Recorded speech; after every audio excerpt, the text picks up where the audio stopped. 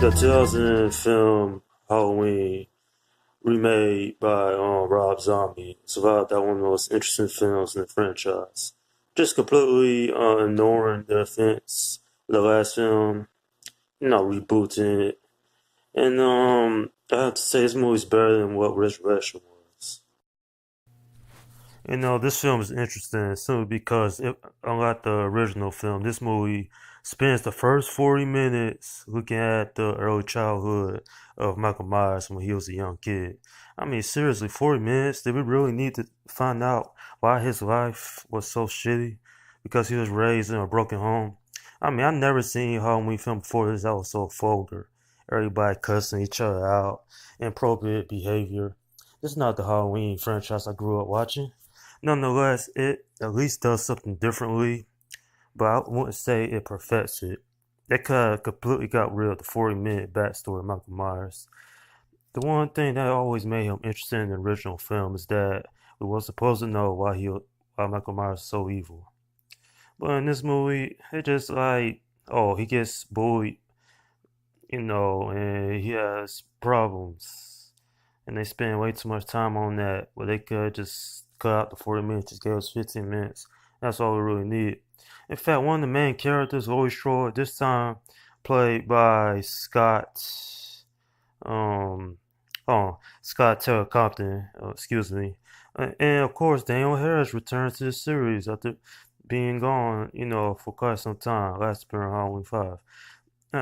Oh, and let's not forget Tyler Mane, who plays Michael Myers. Anyone who should know who that name is, he played Sabretooth in the first X-Men movie. But anyway, yeah, I feel like this could have been a little bit better for what it was.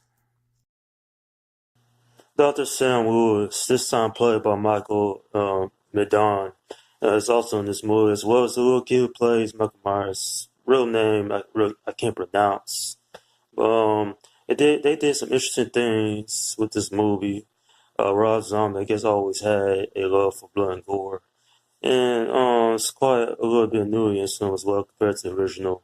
Now, like I said, it does things quite nicely, and other things spends too much damn time on. Like I said, the beginning. I mean, we didn't need 40 minutes on Michael Myers' backstory. We could probably much figure out why he was so evil in the first place, but 40 minutes. Anyway, film ends with Laurie Strode pulling the trigger on Michael Myers. Boy, won't she have nightmares for years, won't she?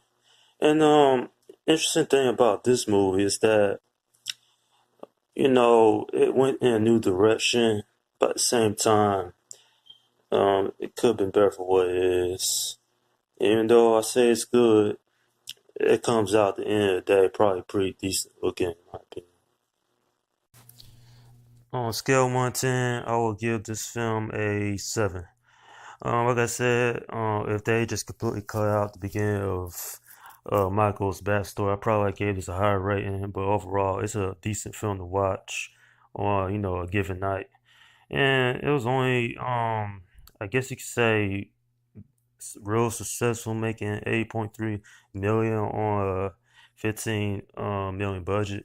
You know, it's not the highest grossing movie in the franchise, but it definitely made some money. One thing I have to say is that people say this could be a prequel or whatever, but like I said, it's just a reimagining from the first film. Um, take out the first 40 minutes, and I guess this film's pretty decent. Oh, and by the way, Danny Trejo's in this film as well. I forgot to mention that earlier. He has a little bit cameo in this movie.